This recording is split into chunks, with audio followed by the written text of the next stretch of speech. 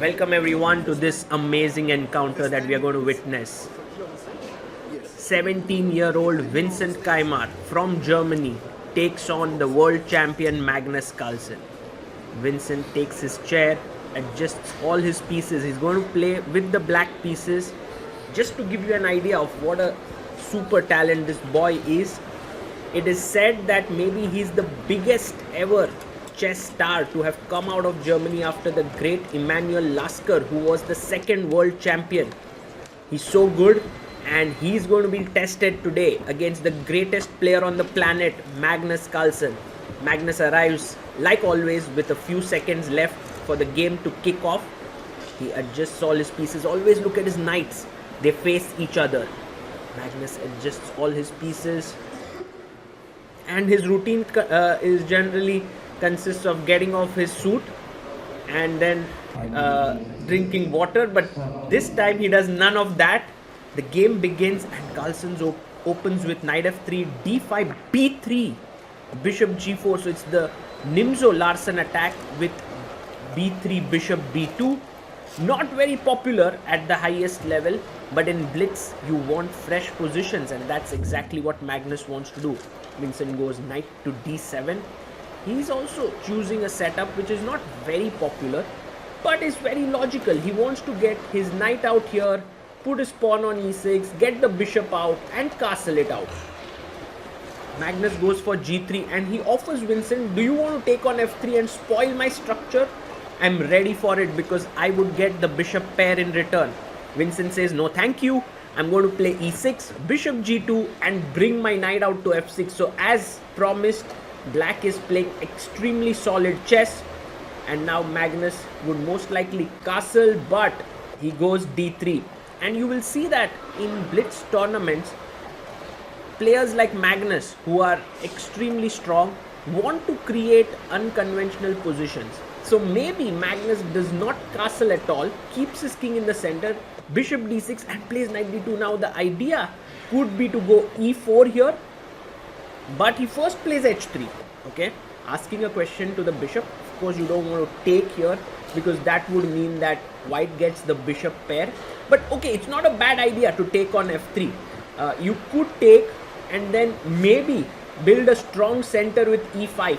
That's what Vincent is thinking about, but he places his bishop back, g4 and bishop g6, and Magnus says, I want this bishop, I want the bishop pair, and I'm going to get it at all costs. But in doing so, he has kept his king in the center and also lost some time on the board. Not on the clock. On the clock he has 30 seconds more, but on the board you can see that you have to make these two moves, also get your knight here.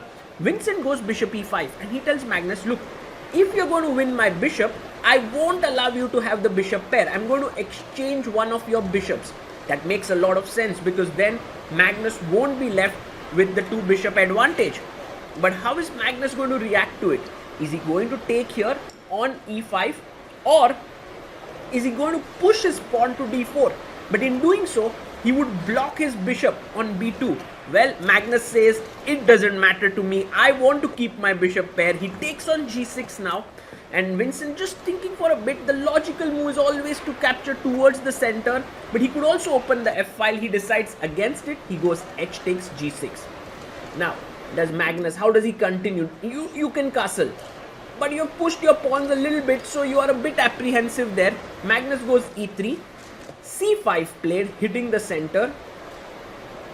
And now maybe what Magnus can do is pop his queen out and long castle. That could be one of his ideas. He goes g5, hits the knight, and the knight has to now decide where to go. Well, a very logical place to go is h5. I mean, that is the best square. Also from h5, it stops white from opening up the king side further. Vincent does that, and the knight jumps to f3.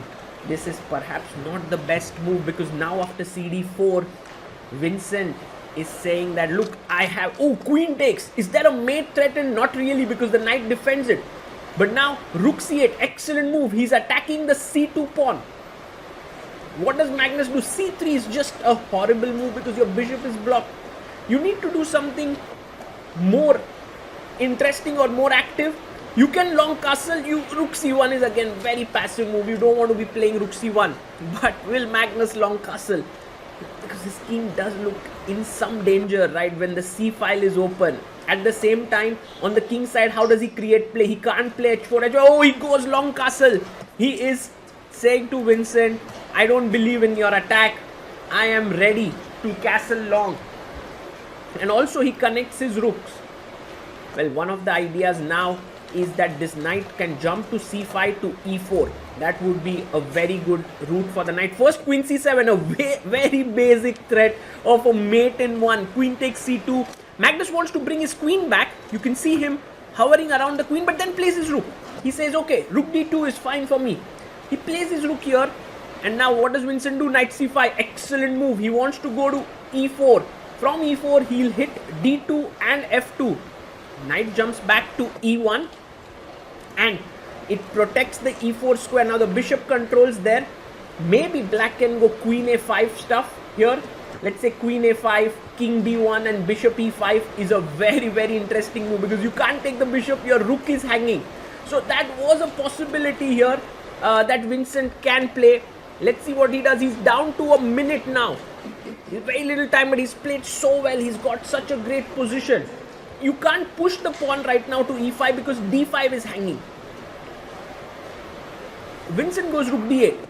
And maybe in some ways he's defending against the d5 pawn. Magnus instantly moves his king to b1. He's making use of that small time lead now. He has a 20-second lead. The time control has a 2-second increment per move. But when you're down to your last few seconds, those few seconds move very quickly. It's as if there's no time left. I think knight e4 is a possible pawn sacrifice, like bishop e4, d4. You can play it that way. He goes e5. And Magnus doesn't take it. He goes queen g4 because he realized that if he takes here, bishop f8 would trap the queen. And so he decided to go to g4. And now d4 played by Vincent. He's attacking in the center. Magnus has 55 seconds. And the point of Vincent is that if you take here, and take on d4, then the knight jumps into f4, which was anyway not able to come into the game. But Magnus doesn't take it. He goes knight f3. That's a good move. Actually, it's a very good move because he's putting pressure here. And now Vincent goes d3. This is a mistake because now rook c1 and black has overextended and he finds it. What a move by Magnus. e4. Knight d4 was strong, but he goes back knight e1. Magnus is still doing okay. He goes bishop to e5.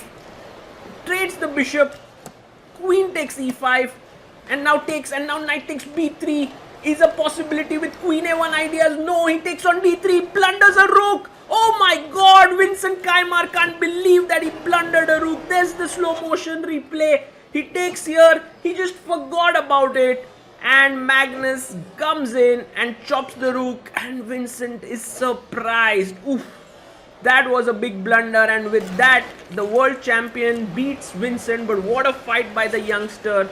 Magnus discusses the game with the youngster and says, well, that happens. A very exciting battle between a world-class GM and one who's going to soon become one of the best in the world. Life is full of exciting events, but it is our first impressions that we remember best. Your first diploma, your first job in a big company,